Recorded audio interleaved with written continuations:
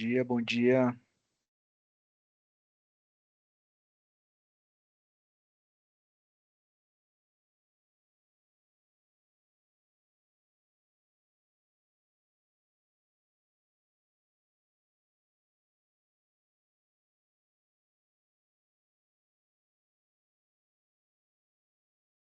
dia, pessoal. Vamos chegando, sejam todos bem-vindos. A gente já vai dar início ao nosso webinar. Vamos esperar um pouquinho só, até todo mundo entrar, até todo mundo se acomodar. Logo damos início.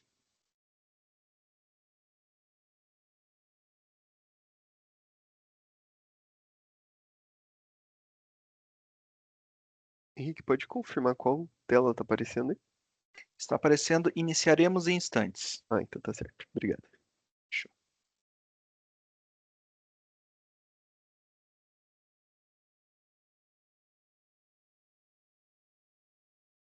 Pedro, vamos aguardar mais 1 ou 2 minutinhos até todo mundo chegar aí, daí logo a gente Isso, começa, tá bom?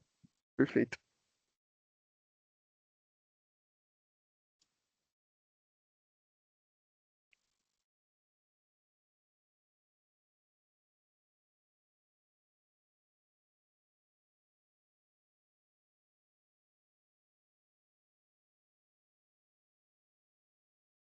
Aproveitar aqui, dar bom dia para o pessoal que já está presente na sala. Sejam todos muito bem-vindos aí também. Queria aproveitar fazer uma pesquisa aqui, quem está pela primeira vez, porque esse webinar aqui, ele é recorrente, todo mês a gente fala sobre esse assunto, porque sempre tem pessoas novas chegando aí na CD3 e assinatura digital é um assunto bem recorrente. Então, quem puder ir clicar ali na mãozinha para levantar a mão, para a gente ver quantas pessoas tem aqui pela primeira vez participando.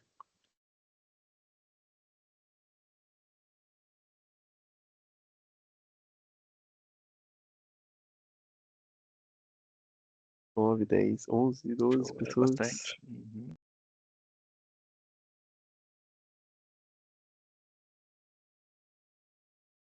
Legal. Beleza.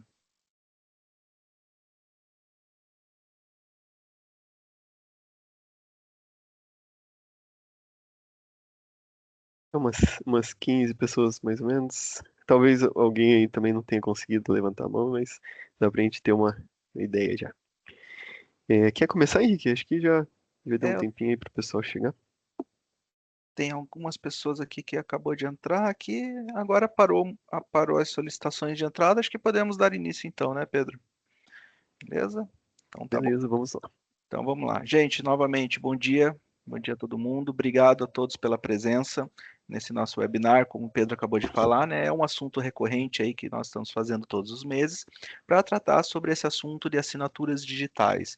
Um tema que parece um pouco complexo, mas quando a gente entende ali os principais conceitos, tudo fica mais tranquilo, tudo fica mais fácil de entender, né? Então, trata-se de um webinar ali que tem basicamente dividido em duas partes, onde a primeira parte ali vai ser uns conceitos bastante teóricos, né? O Pedro vai contextualizar bastante para vocês como funcionam essas assinaturas, né, as diferentes formas de assinatura, e no segundo momento ali a gente tem bastante exemplos do que a gente aplica uma conformidade, do que a gente aplica uma não conformidade. Eu vou estar hoje apresentando aqui como mediador deste webinar. Então, meu nome é Henrique Alessandro Mariano, eu sou analista de treinamento técnicos aqui da Executiva, e hoje quem vai conduzir ali as explicações é o nosso especialista SESMIT aqui da área, o Pedro Becker, né? Então, para deixar uma coisa ali bem clara, os campos ali de perguntas, de interação ali com o webinar, eles estão dispostos ali naquele campo P e R, que é o campo de perguntas e respostas. Então, quando vocês tiverem dúvidas ali, vocês podem enviar, vocês podem ali colocar aquelas dúvidas, a gente vai respondendo ali na medida, né, do webinar, enquanto a gente vai apresentando. Caso as perguntas não sejam respondidas aqui nesse exato momento, não se preocupem que depois ela será preenchida ali via forms, né, via ali alguma resposta posterior para vocês, tá bom? Pedro, passo a palavra para você. Um ótimo webinar a todos.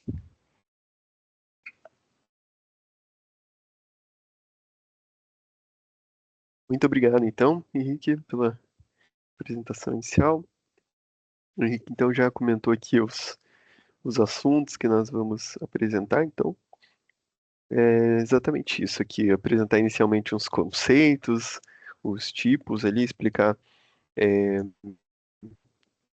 o que é cada termo ali que a gente utiliza, para quando chegar ali nos exemplos ficar um pouco mais claro. Então, aqui temos os tipos de assinaturas. Para a gente entender bem os conceitos, quando eu falar aí o que que é uma assinatura manuscrita, a gente saber e estar todo mundo na mesma página, entender o que que é considerado essa assinatura manuscrita. Então, basicamente, a assinatura manuscrita, realmente o próprio nome já diz, ele é feito à mão, né? Então, ela é feita à caneta ali, diretamente no papel. Então, é uma assinatura feita no meio físico. Beleza? Então aqui a assinatura manuscrita ela pode ser digitalizada. Então existe o processo aí de transformar esse arquivo que era um dia físico em um arquivo digital através do processo de digitalização. Então ele vai ser permitida aí a assinatura no papel que passou pelo processo de digitalização. E a assinatura digital. Quando falarmos de assinatura digital, é aquela assinatura feita por um sistema, um aplicativo, um sistema digital ali que insira uma assinatura digital e não uma assinatura manuscrita nesse arquivo digital. Então, né, para continuar nessa questão de definições, para a gente ficar bem claro o que que é o documento físico, o documento digital, digitalizado, quais são as diferenças deles. Então, nessa imagem está bem claro ali o que que é o documento físico. Ali é o documento em papel que foi impresso. Ele pode ter nascido digital, mas foi impresso algum dia, ele virou um documento físico. Pode ter ali uma assinatura manuscrita, faz sentido, né, ter uma assinatura manuscrita nesse arquivo. E aqui, um documento digital ali na tela do celular. É o mesmo arquivo, só que em situações diferentes, em momentos diferentes, né? Porque aqui ele está no formato digital dele, nunca foi impresso. Aqui esse é o arquivo impresso, é o documento físico. E o digitalizado, né, eu comentei um pouquinho já anteriormente, é aquele documento que ele era físico, existia no meio físico e foi fotografado ou escaneado. Ele passou a ser documento digital pelo processo de digitalização.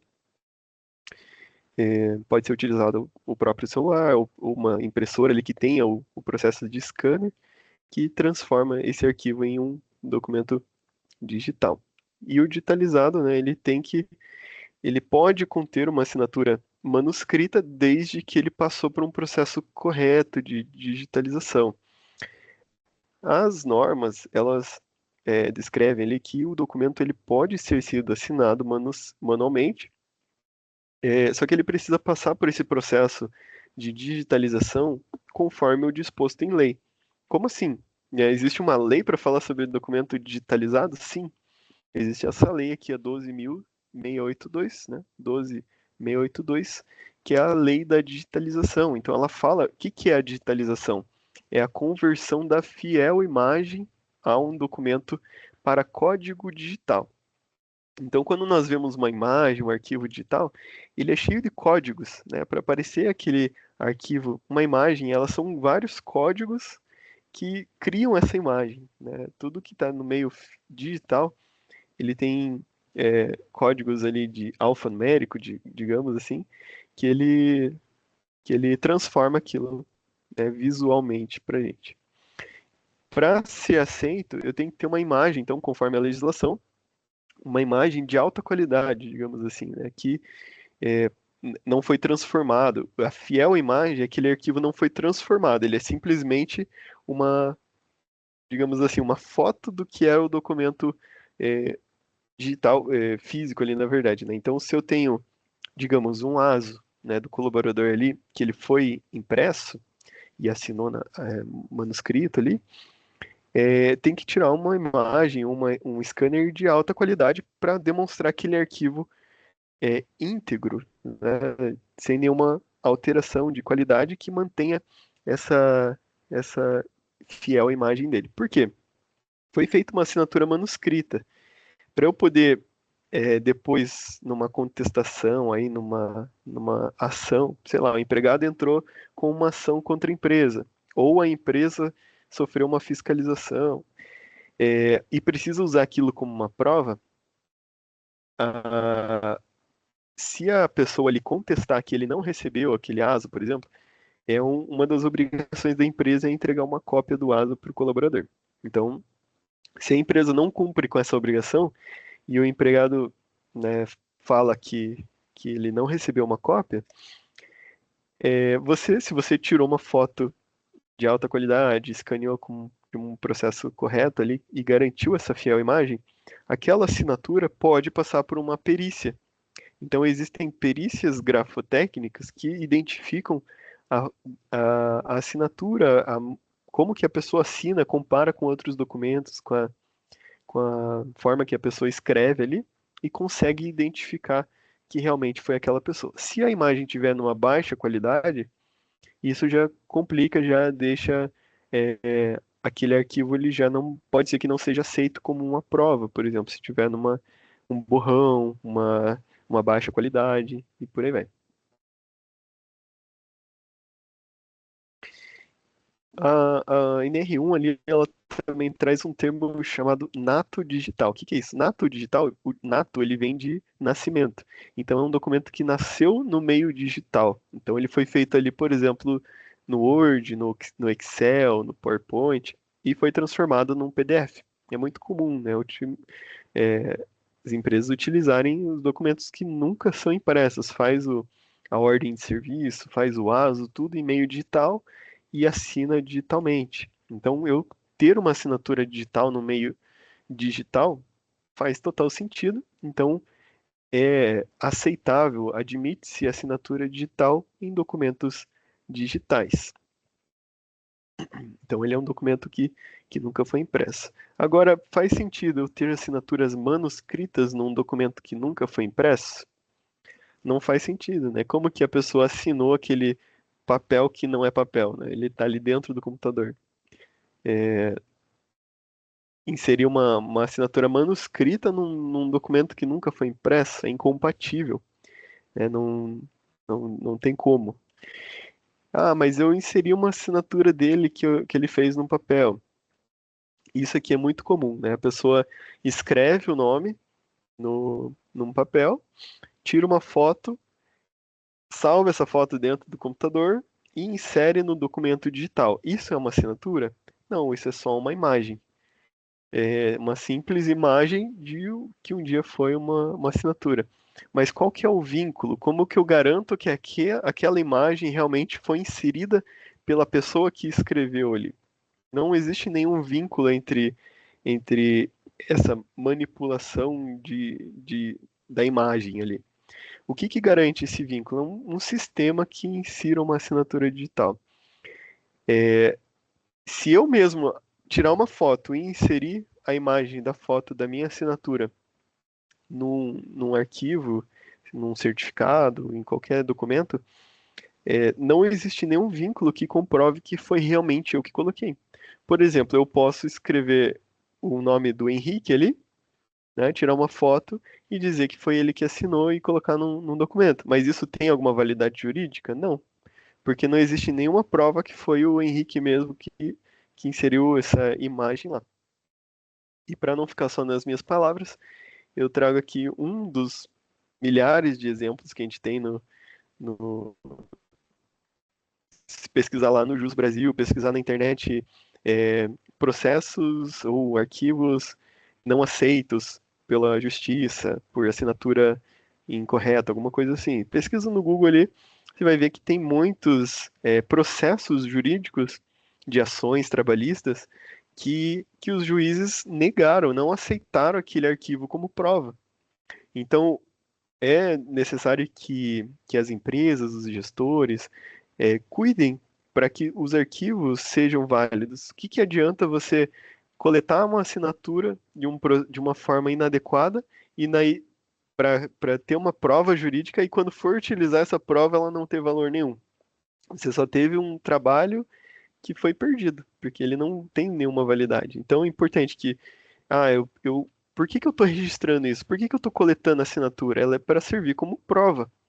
Prova para quê? Caso tenha uma fiscalização, caso tenha uma ação trabalhista, você comprove que a pessoa assinou, que a pessoa estava ciente, né? Para que que serve a assinatura na ordem de serviço? Às vezes chega ordem de serviço sem assinatura.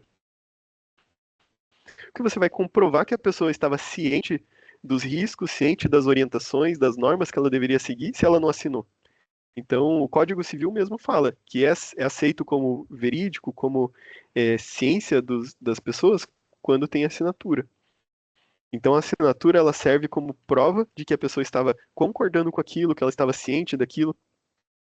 Então, é extremamente importante esse tema de assinaturas. E aqui um exemplo da Justiça do Trabalho aqui de Pernambuco, TRT da Sexta Região, que eles não aceitaram uma assinatura manuscrita em documento digital. Então, o advogado da pessoa que estava solicitando ali um recurso inseriu uma assinatura dele, né, pedindo um recurso, e esse recurso não foi aceito pelos juízes de forma unânime. Então, todos eles reconheceram como inválido esse documento porque tinha uma assinatura recortada com uma imagem ali inserida nesse arquivo. Então, e isso aqui, ó, 2013. Então nem tinha ainda a legislação de assinatura digital e eles já consideravam como inválido. Imagina agora que tem a, as legislações obrigando que seja feito de forma adequada, né? Então, mas eu não posso assinar o documento de forma manuscrita, mas agora é só com certificado digital, é só assinatura digital? Não, para ficar bem claro, a assinatura manuscrita, ela é aceita. Só tem que ser feito do jeito certo, né? Eu tenho que assinar o documento no papel. Eu não posso tirar uma foto da assinatura do colaborador e inserir no documento e achar que isso é válido. Porque ele pode contestar, eu não assinei aquele certificado. Como assim? Eu não assinei a ficha DPI.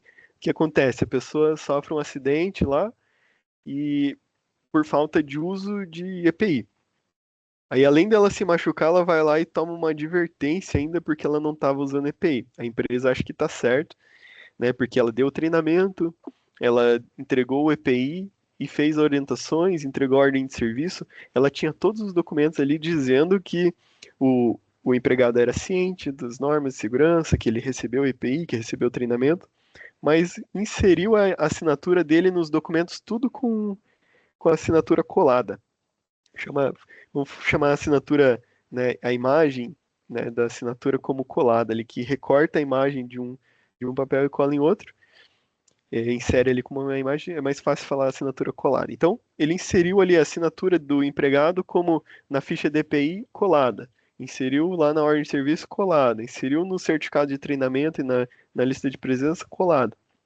Aí o empregado pode muito bem falar, não, não sabia, não recebi treinamento, não recebi o cinto de segurança, não recebi nenhuma orientação sobre isso. Eles me deram uma advertência aqui injusta, porque eu não fui orientado.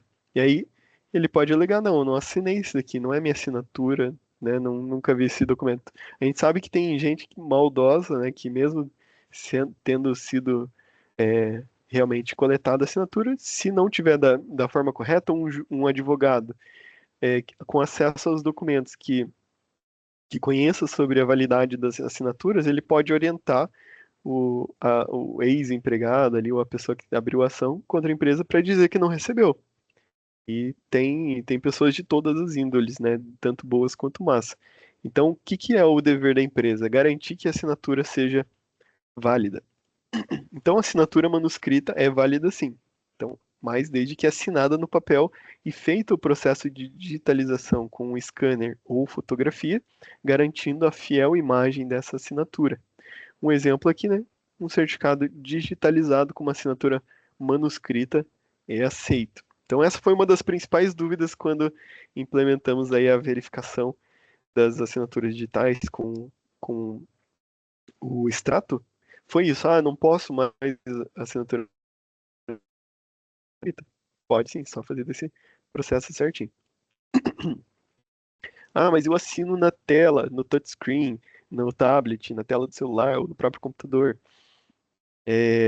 Eu fiz um exemplo aqui para mostrar, para ficar bem claro, por que que não dá para aceitar esse tipo de assinatura. Essa aqui é minha letra, não é minha assinatura, mas eu escrevi meu nome aqui, né? Então eu escrevi aqui Gustavo, essa aqui é a minha letra, como eu escrevo normalmente. E eu tentei escrever da mesma forma na tela do celular e no do tablet aqui, né, num touchscreen. Só que olha como ficou diferente. Ela não respeita a minha grafia. O G aqui, que faz praticamente um oval aqui, ele ficou com uma perninha para fora. Mas eu não fiz essa perninha. Simplesmente foi a sensibilidade da tela. Ficou um recorte aqui ó, no G. O U ó, ficou totalmente diferente. Ficou parecendo um V aqui. Eu faço ele bem redondinho aqui, ficou parecendo um V. E por aí vai, né? Todas as letras ficaram diferentes a forma que eu escrevo. Então, uma pessoa, não assinei, olha como é diferente, minha, minha letra não é assim e tal. Então, não garante que realmente é a grafia da própria pessoa. Isso daqui não passa numa perícia grafotécnica.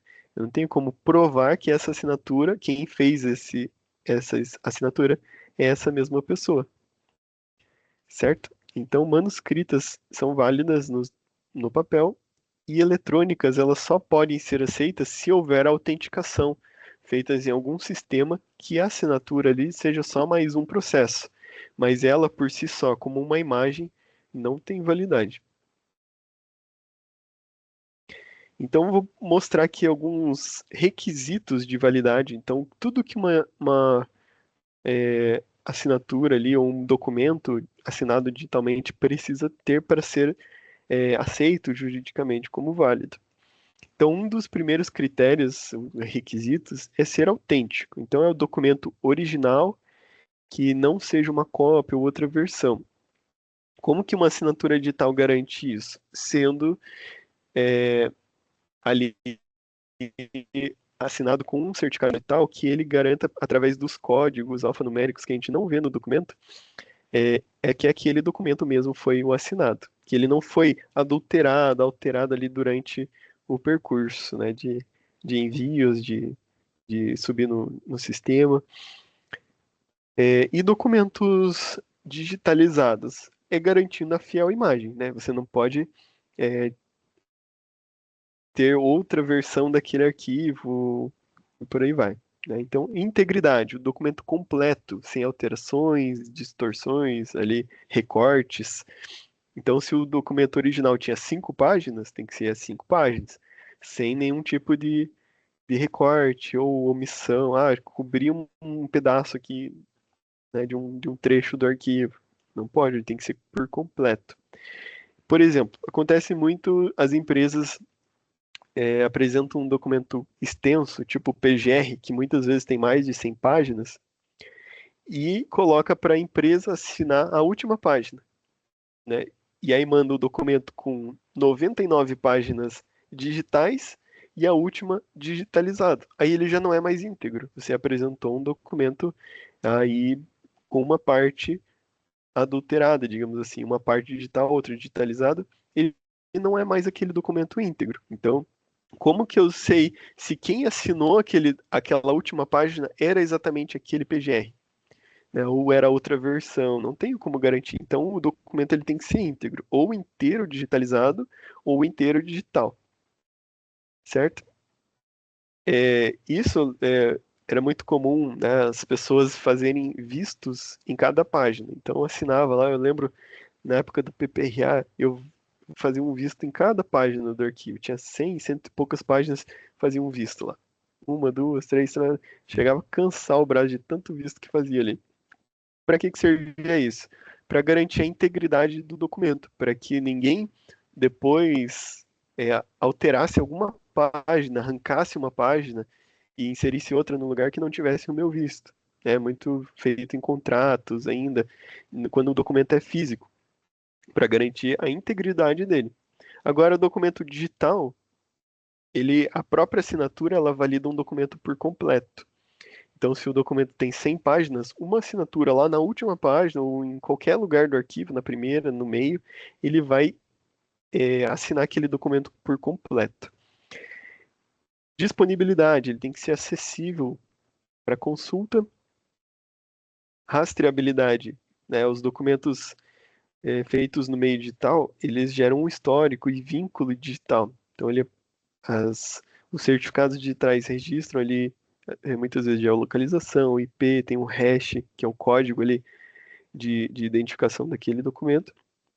Muitas vezes os logs de acesso e irretratabilidade. Esse é um ponto bem importante que eu sempre falo, né? Faria um slide só para ele, mas basicamente irretratabilidade é quando a pessoa não pode negar que foi ela que assinou o documento.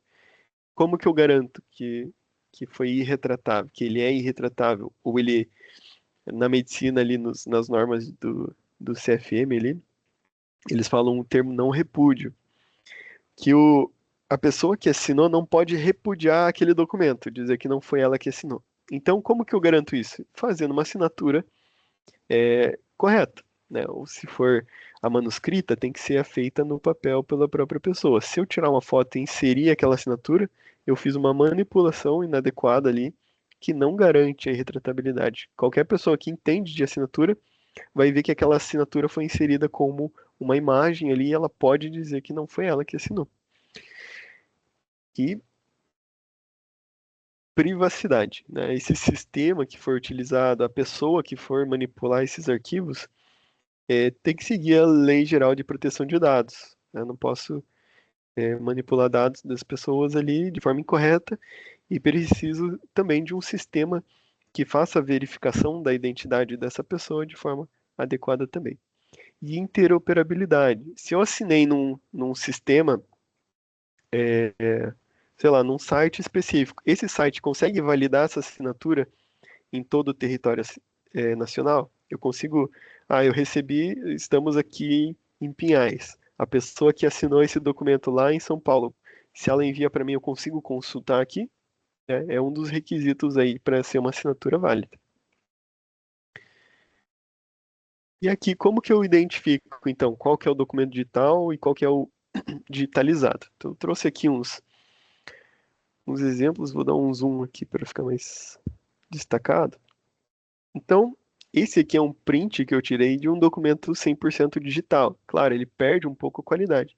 Quando o documento ele é o original, nós podemos observar que ele tem uma qualidade perfeita das cores, da tinta, não tem distorções. Quando é feito um zoom ampliado ali para observar as letras, elas também não têm quebra de pixels, que fica aqueles quadradinhos ali, né, ao redor das letras, dos números aqui.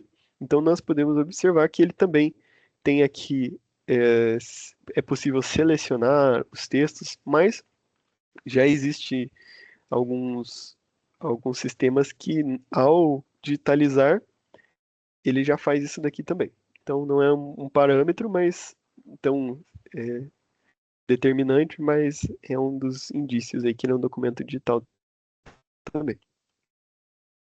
Certo? Então, ele tem cores perfeitas e uniformes, nitidez, sem borrões, sem distorções ou pixelamento.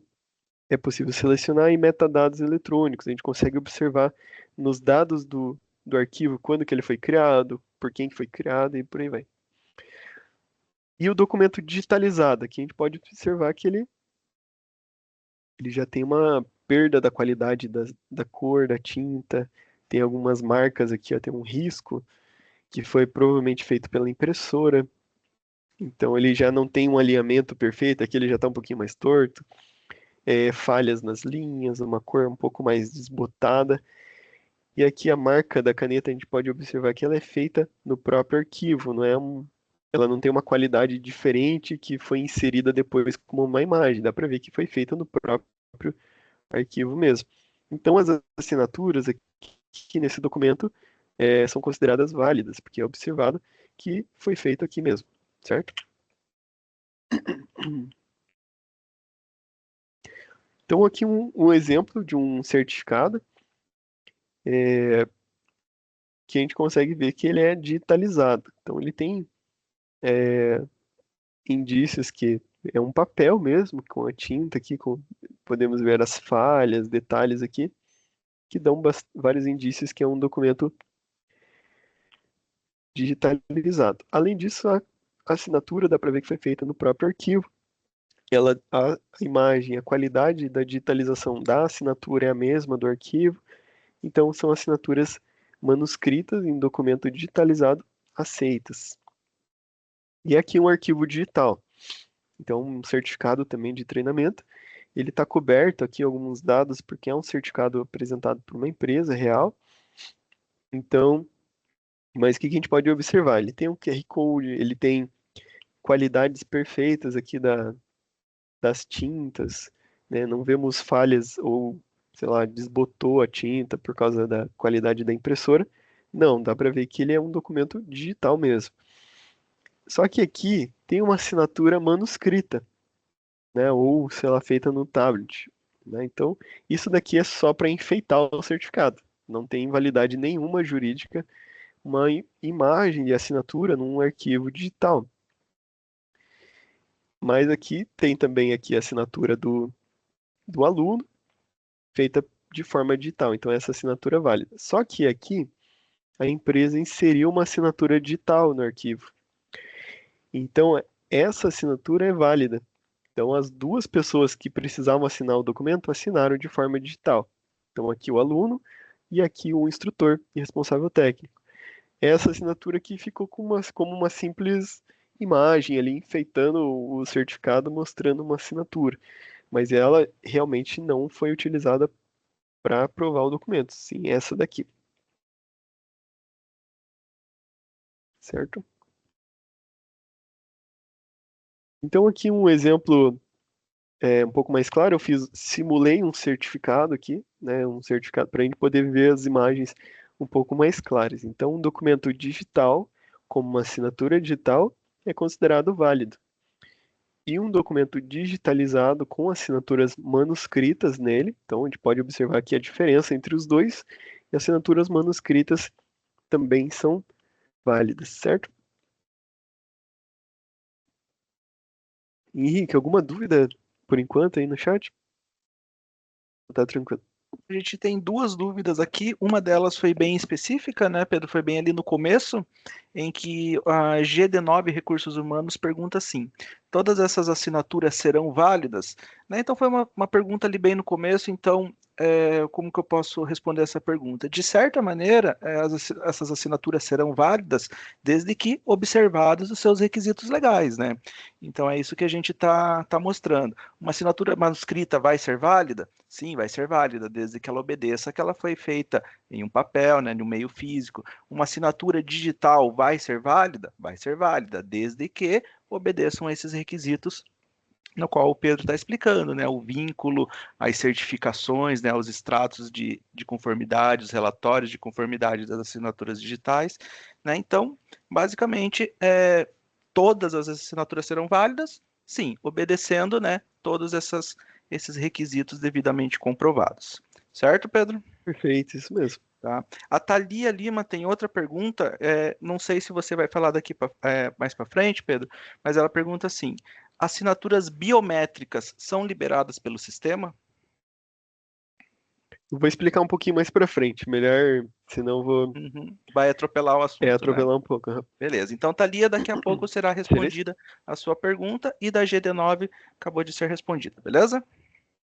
Perfeito, No obrigadão. momento são só essas, Pedro. Pode, por gentileza, continuar. Beleza. Então aqui vamos falar agora sobre os níveis, explicar um pouquinho dos tipos de assinaturas digitais.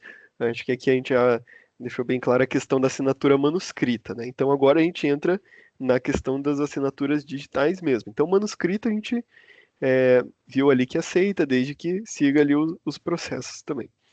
E agora vamos falar aqui dos níveis das assinaturas. Então aqui a simples é o primeiro nível. É a assinatura, o próprio nome dela já diz, é uma assinatura simples. Mas mesmo sendo simples, ela tem alguns fatores de autenticação de identidade para ser considerada simples. Não é igual eu falei lá, uma mera imagem da assinatura, mas ela tem ali alguns critérios para ser considerada no mínimo simples. Aí a avançada, ela já tem alguns critérios a mais que garantem um nível maior de segurança para ela.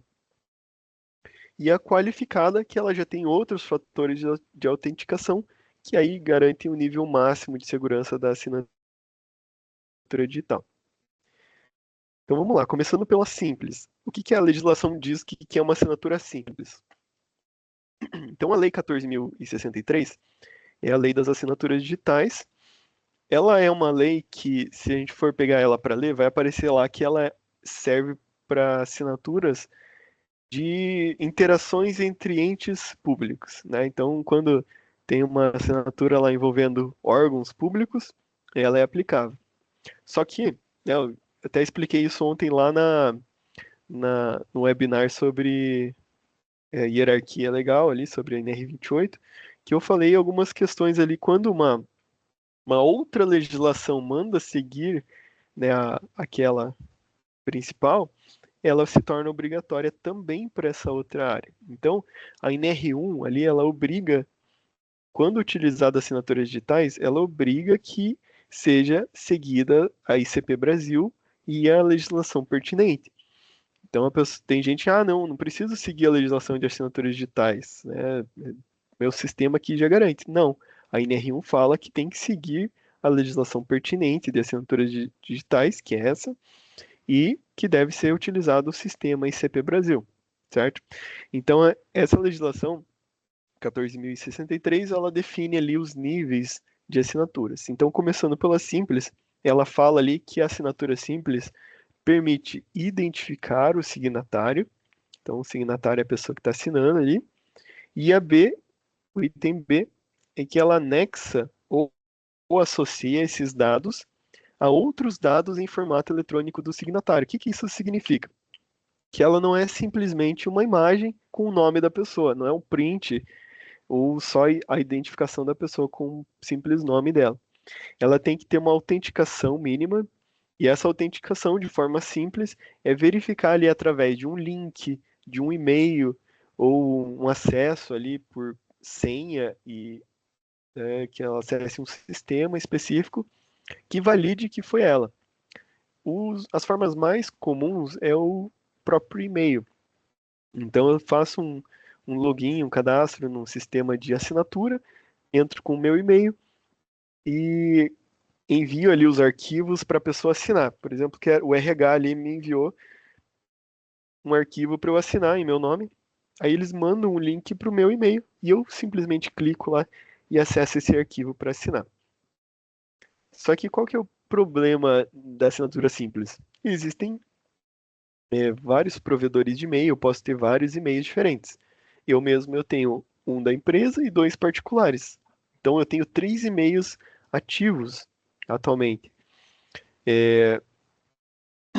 Então, né, qual que é a segurança que eu tenho de que não foi uma outra pessoa que criou um e-mail com o mesmo nome que o meu, coloca lá Pedro Gustavo 12345 e diz que é o meu e-mail, né? Então, para a empresa, quando é utilizado o e-mail da organização mesmo, existe uma certa segurança, porque é a própria empresa que fornece o acesso, é só aquela pessoa que tem o acesso ao link. Então, aqui na executiva, nós utilizamos para alguns sistemas, para alguns documentos, assinatura simples também.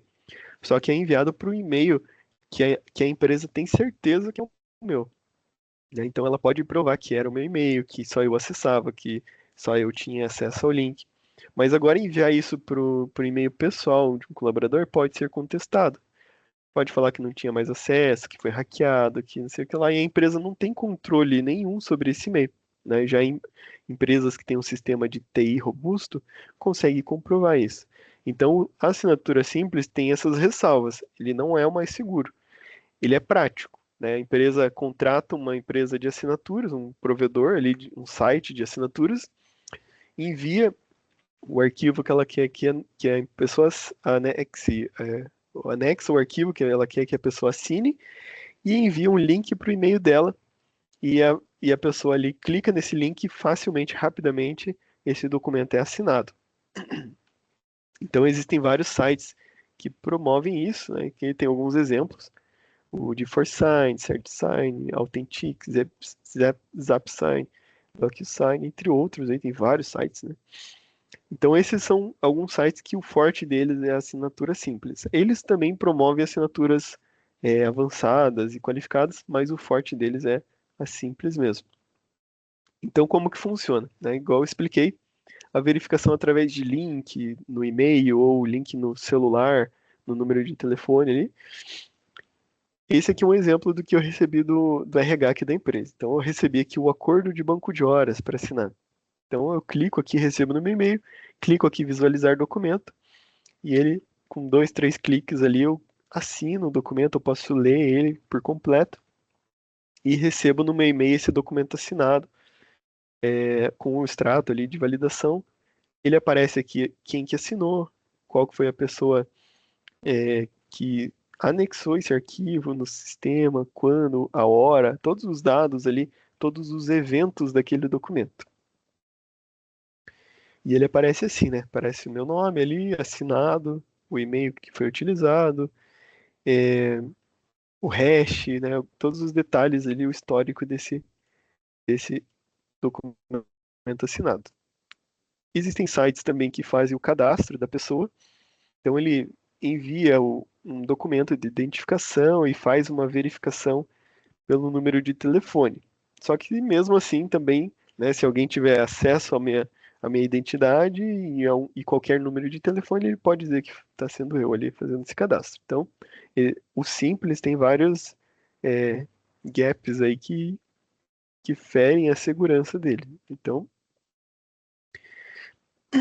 mas eles, né, é uma forma usual, é aceita também, né? Não quer dizer que ele não seja aceito, só estou explicando a diferença dos níveis de segurança deles.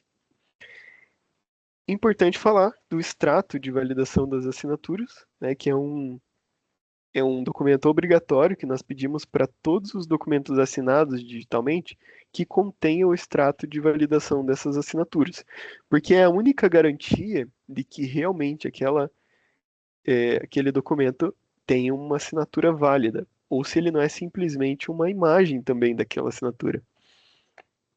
Porque se eu não faço a verificação dessa assinatura, eu posso simplesmente ter tirado um print daquela assinatura de outro documento, sei lá, assinou o documento lá no Gov. Eu tiro um print de outro documento e colo aquilo ali com uma imagem também. Como que eu vou ter certeza que aquele documento foi assinado realmente, está válido juridicamente? É validando. Existem duas formas de validar. Como nós estamos falando da assinatura simples, a assinatura simples ela não valida por completo no site do Validar, que é o site oficial do Gov vinculado à ICP Brasil.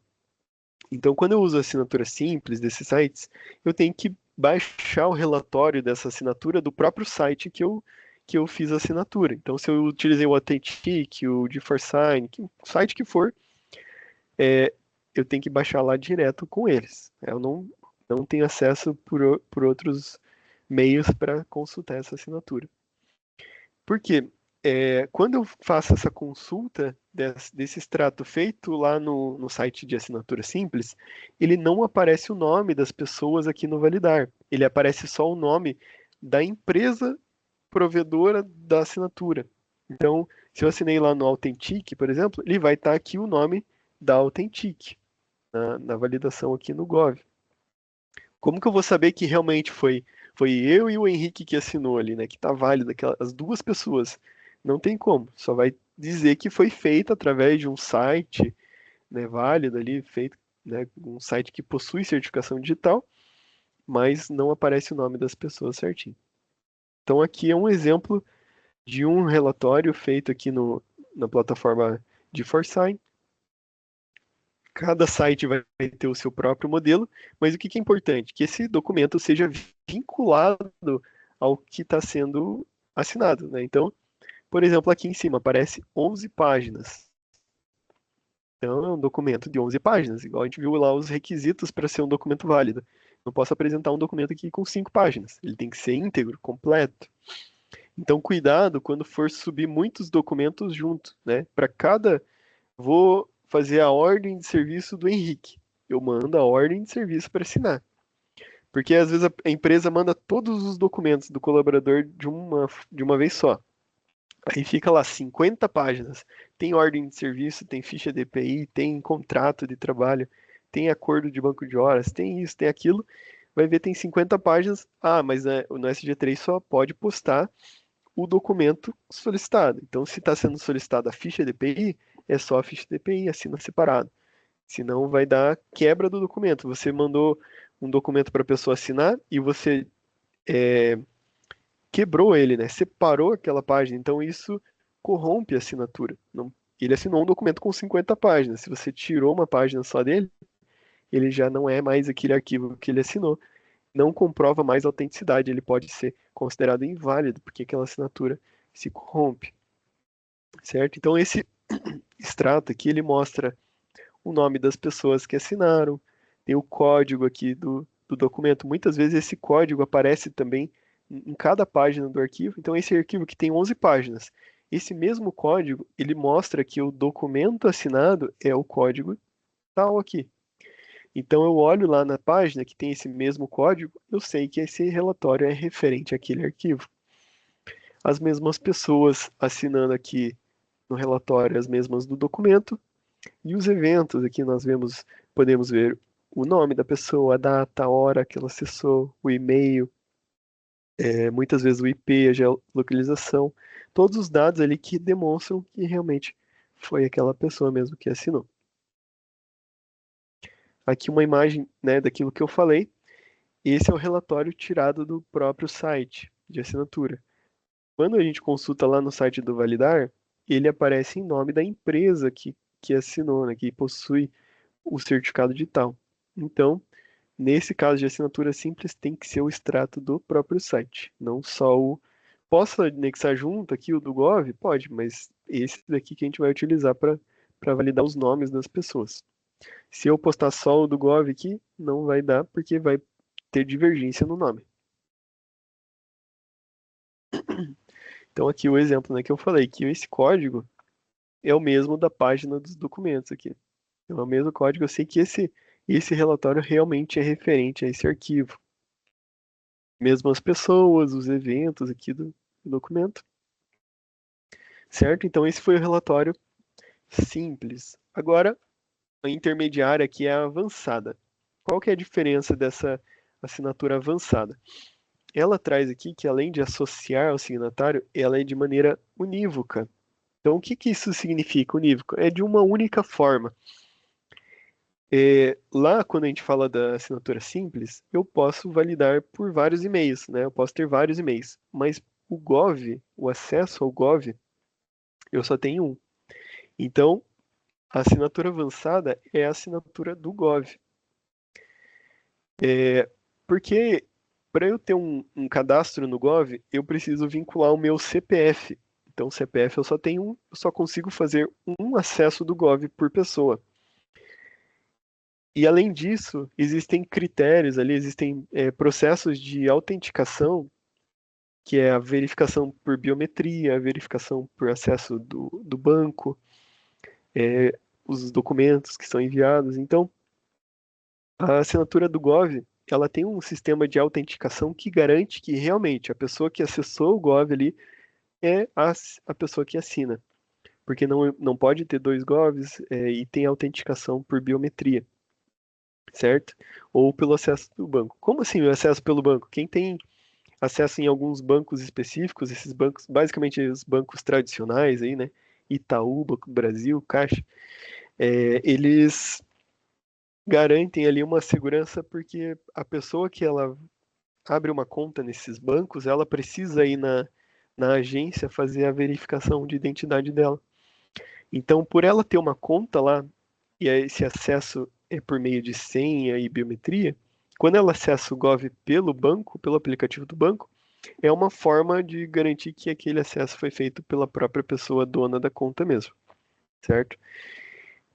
E ou acesso, né, por via biometria dentro do Gov, faz a verificação facial ali e garante que a própria pessoa também, ela fica com uma conta de nível ouro lá que permite daí que ela faça as assinaturas. Recomendo o uso do Gov. Por quê? Ela é uma assinatura de maior nível de segurança, é gratuita, né? Então a empresa não vai ter custo para utilizar essa assinatura. A assinatura simples, ela é paga, né? Tem um limite ali, cada site dá um limite de assinaturas, mas geralmente é pago.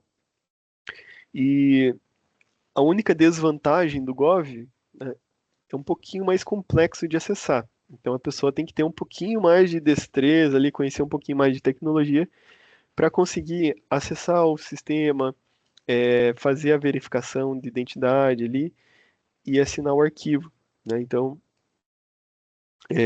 acaba sendo aí um impedimento às vezes para algumas empresas de pessoas que não têm muita facilidade de uso de tecnologias. O que que eu faço nesses casos? Se não tem possibilidade de garantir que a pessoa consiga acessar, a pessoa mora num lugar que não tem internet, não tem acesso ao celular, usa assinatura manuscrita, né? É o meio mais seguro, porque se você fizer uma assinatura manipulada ali, inserindo uma imagem, você não vai ter segurança nenhuma para essa pessoa, né, de assinatura.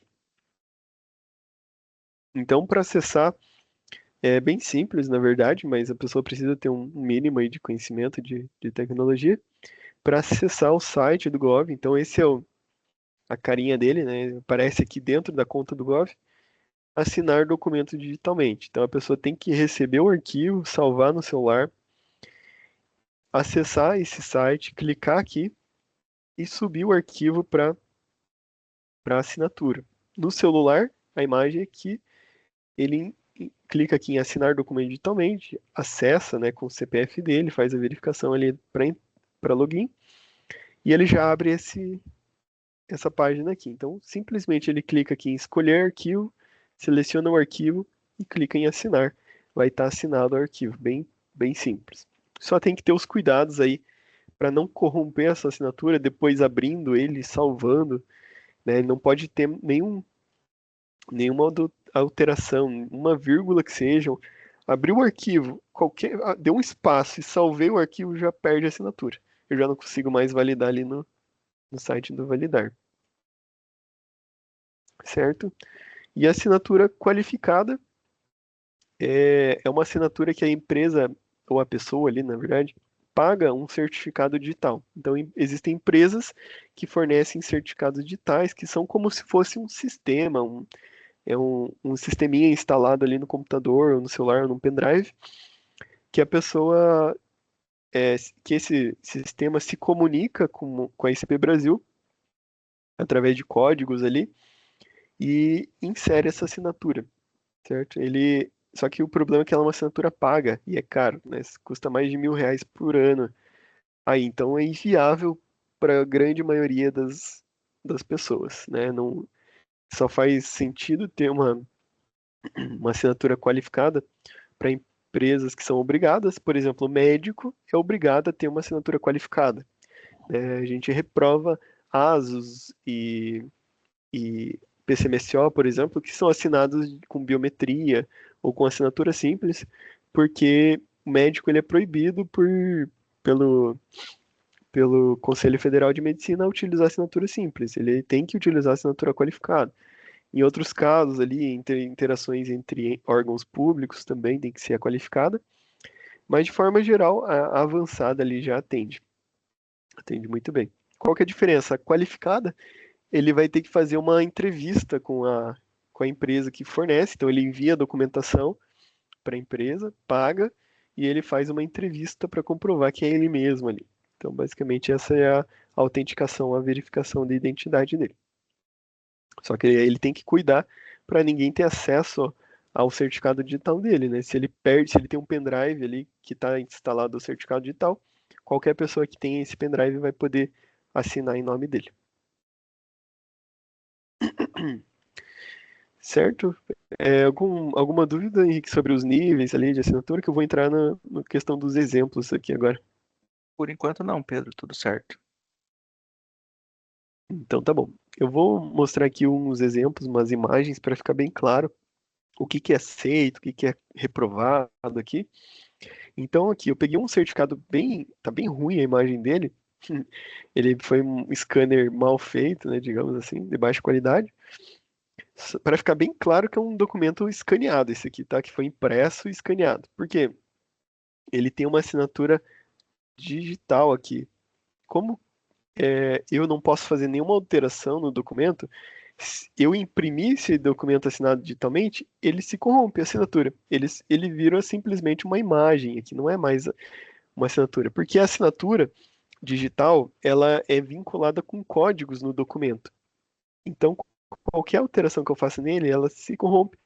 Então, imagina uma impressão, né? Ele não é mais aquele arquivo digital, ele foi impresso, ele é outro arquivo. Então, nenhum tipo de assinatura digital impressa é válida. Se eu pegar esse documento aqui escaneado e constar lá no site da ICP Brasil, ele não vai validar. Então, ele já perdeu ali aqueles requisitos para ser considerado válido. Mas aqui, ó, temos assinaturas manuscritas. Tá ocultado aqui, mas eu já vou mostrar um exemplo sem ocultar. Mas tinha uma assinatura caneta aqui, duas pessoas assinando a caneta. São válidos, é um arquivo escaneado com assinaturas manuscritas. Essas duas estão válidas e essa inválida. Aí depois a empresa foi lá, né, o instrutor ali, responsável técnico, inseriu uma nova assinatura digital. Então aqui é válido. Então ele passou por um processo, ele era manuscrito, ele era digital, né? Daí ele inseriu uma assinatura digital e foi impresso pela empresa para inserir a assinatura do aluno, certo? Acontece, é muito comum, né? A empresa que fornece o treinamento ali envia o certificado com assinatura digital e a empresa imprime para o aluno assinar. Só que esse processo acabou corrompendo essa assinatura. Aí a empresa escaneou de novo e inseriu uma nova assinatura do instrutor ali. Agora essa assinatura é válida. Então, nesse caso, as, as três assinaturas aqui são válidas, né? As manuscritas e a digital, porque é um documento digitalizado e a assinatura foi inserida depois, a digital. Eu só aproximei aqui para mostrar a diferença, né? Como aqui dava para ver que era uma assinatura impressa e aqui uma assinatura digital ali válida no documento. Outro exemplo da mesma situação, para ficar bem claro, né? Que essa é uma das principais dúvidas. Tinha uma assinatura aqui, então, né, digital, só que o documento a gente observa que ele foi escaneado. Então ele imprimiu para o aluno aqui assinar, certo? Daí o aluno assinou, só que essa aqui se corrompeu, mandou para o instrutor de novo assinar novamente aqui. Agora é uma assinatura válida, certo? E sempre que tiver, então, assinaturas digitais no documento tem que ter o extrato de assinatura. Agora, a gente viu lá antes o modelinho de um dos sites da assinatura simples. O assinatura simples é um caso à parte. Então, sempre que for assinatura simples, é o relatório do próprio site.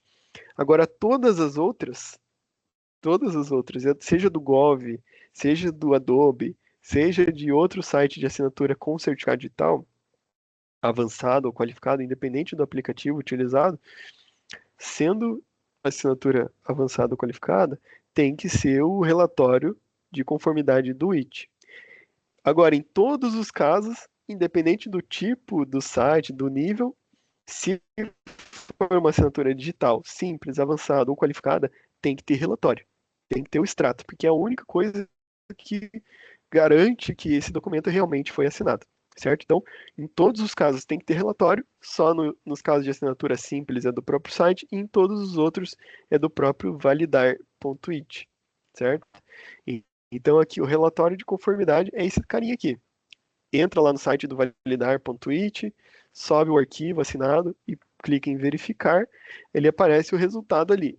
E lá embaixo aparece fazer o download do relatório. Aí o relatório sai por completo ali, ele tem algumas páginas e ele mostra todo o status, o histórico ali da assinatura. A data de quando foi assinado, o nome das pessoas que assinaram e, e outros detalhes ali, certo? Então, relembrando aqui, assinatura em documento físico, manuscrito, escaneado, pode ter assinatura manuscrita. Documento digital, com assinatura digital, também está certo. Pode sim, sempre com o extrato. Em todos os casos, em todos os níveis, em todos os sites de assinaturas, tem que ter o extrato. Imprimir a assinatura digital para inserir uma manuscrita. Perdi essa assinatura, é como se não tivesse. corrompeu a assinatura, então não aceita com assinatura digital impressa. Assinaturas coladas, né? A gente falou bastante. Tirei uma foto da imagem ali, da assinatura do colaborador, tirei um print, recortei a assinatura dele de outro documento e colei aqui, né? São assinaturas coladas que a gente chama, né? Então, reprova também, não são válidas. E aqui para a gente mostrar, né, como não validas. Não existe vínculo nenhum digital com essa assinatura aqui, só aparece essa assinatura digital aqui. Então, essa assinatura é uma simples imagem, né? Não sendo válida assinatura manuscrita em documentos digitais. Certo? Alguma dúvida até aí, Henrique? Ainda não, Pedro, tudo certo. Chegamos então na assinatura biométrica, que era a dúvida lá Da Thalia. da Lia, né? Então, existem alguns documentos, por exemplo, a ficha DPI, é muito comum ter assinatura biométrica, certo? Porque a própria NR6, que é a norma de equipamentos de proteção individual, ela fala que pode ser utilizado sistemas eletrônicos, inclusive com meio de assinatura biométrica. Só que o pessoal esquece de olhar dois detalhes ali. A norma também fala que esse sistema, quando utilizado, ele deve permitir a extração de relatórios, certo? A própria NR6 fala que tem que emitir relatórios. E a NR1, ela fala que todo documento assinado digitalmente, e a assinatura biométrica é uma forma de assinatura digital, tem que ser com aqueles critérios de autenticação. Aí chega umas fichas escritas assim, assinado biometricamente. O que garante que realmente foi assinado biometricamente? Não tem vínculo nenhum. A pessoa pode ter feito uma planilha e escreveu aqui, assinado biometricamente. O que garante que está realmente assinado biometricamente? Cadê o sistema? Cadê o relatório dessas assinaturas? Qual que é o código? Qual que é a data? Realmente foi aquela pessoa, né? O que garante que foi realmente ela? Então, todo o sistema, mesmo assinado biometricamente, tem que permitir a extração de relatórios e ser um sistema com vínculo ali que demonstre esses status das assinaturas, que comprove aqueles critérios definidos lá na NR1, de autenticidade e retratabilidade. E isso só é possível através desses relatórios. O ASO é o único documento que nós deixamos de lado, né, por ele ser um documento com um volume muito grande, então todas as pessoas que entram, né, nas empresas têm um ASO. E a grande maioria utiliza um sistema de assinatura biométrica. Então, para o ASO também deveria ter esse relatório. Só que pelo impacto, por ser um documento de bloqueio e a grande maioria das empresas ainda não estarem 100% adaptadas, geraríamos bloqueios de, sei lá, 90% das pessoas que acessam esse G3. Então, era um volume muito grande. Então, nesse momento, nós optamos por não cobrar esse relatório no ASO. Mas é muito complicada a situação também, porque eu já vi clínicas que eles guardam, assim, chegou lá na recepção da clínica e ele coleta a biometria lá. Para que serve a assinatura no ASA? Para comprovar que o colaborador recebeu uma cópia. Aí ele chega lá, na recepção, faz a triagem, ele faz a identificação dele, aguarda e um tempo depois ele vai lá para consulta. Aí faz a consulta, aí o médico fala, vou enviar por e-mail seu ASO, certo? Vou enviar para a empresa e para o seu e-mail. Em algum momento a pessoa teve acesso a esse ASO, teve uma cópia, depois ele vai receber depois, né? Chega no e-mail dele talvez. Tem clínicas que guardam essa imagem dessa biometria e se tiver algum ajuste para fazer depois no ASO, reprovou e precisou mudar os riscos, precisou fazer algum ajuste ali, mudar o médico, o coordenador, sei lá, vai ter uma imagem de novo dessa biometria ali. Como assim? Né? Eu nem peguei, nem tive acesso a esse ASO, como que tá lá, minha assinatura dizendo que eu recebi. Então tem que ter esse cuidado com a manipulação, inclusive de biometria, é muito crítico, porque é um dado sensível, LGPD deixa vários critérios aí bem específicos sobre a biometria.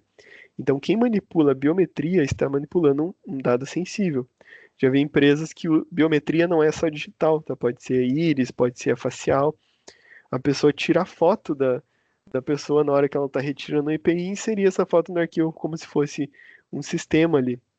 Mas não era um sistema, era a própria imagem da pessoa ali, tirada no celular, um sisteminha ali do computador, com a webcam, que não vincula isso a nenhum dado, né, que não garante um vínculo de que realmente foi aquela imagem, foi tirada naquele exato momento, confirmando a retirada daquele EPI. Então, os sistemas, para serem válidos, têm que permitir esse extrato, esse relatório, certo? Já vou abrir de novo por mais dúvidas, mas comentando aqui, importante é que vocês avaliem o webinar. Esse era o conteúdo para apresentar, eu já vou abrir para mais dúvidas, mas eu vou pegar aqui e jogar no esse link.